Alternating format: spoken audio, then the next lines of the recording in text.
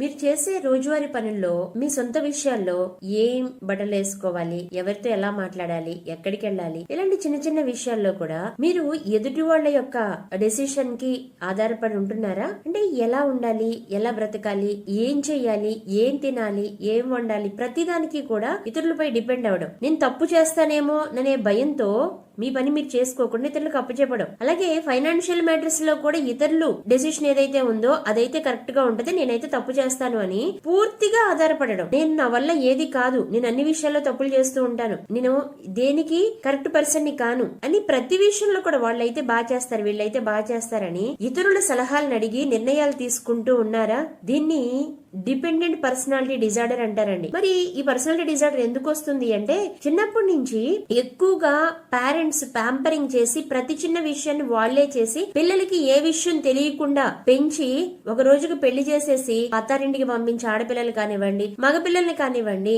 వాళ్ళకంటూ జీవితం ఏంటో నేర్పకుండా ప్రతిదీ కూడా పేరెంటింగ్ లో అన్ని వీళ్లే చెయ్యాలి, పిల్లలు ఏమీ చేయకూడదు అన్నట్లుగా పెంచిన పేరెంట్స్ ఉంటే గనక ఆ పిల్లలు ఇలాంటి డిపెండెంట్ పర్సనాలిటీ డిజార్డర్ లో ఉంటారు. వాళ్ళు ఫైనాన్షియల్ విషయంలో కూడా ఇతరుల మీద డిపెండ్ అవ్వాల్సిందే, వాళ్ళు వేసుకునే బట్టల మీద ఇతరుల మీద డిపెండ్ అవ్వాల్సిందే.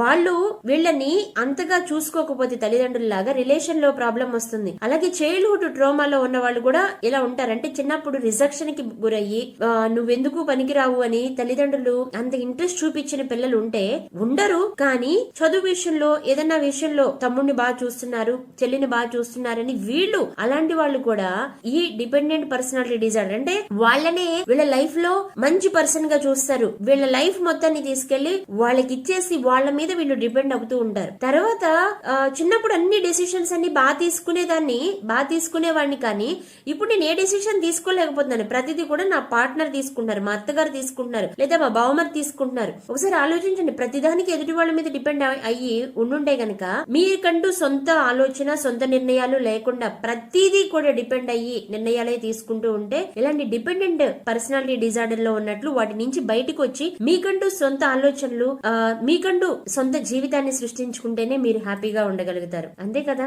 మీ సంతోషం మీకే తెలుస్తుంది, ఇతరులకి తెలియదు కదా.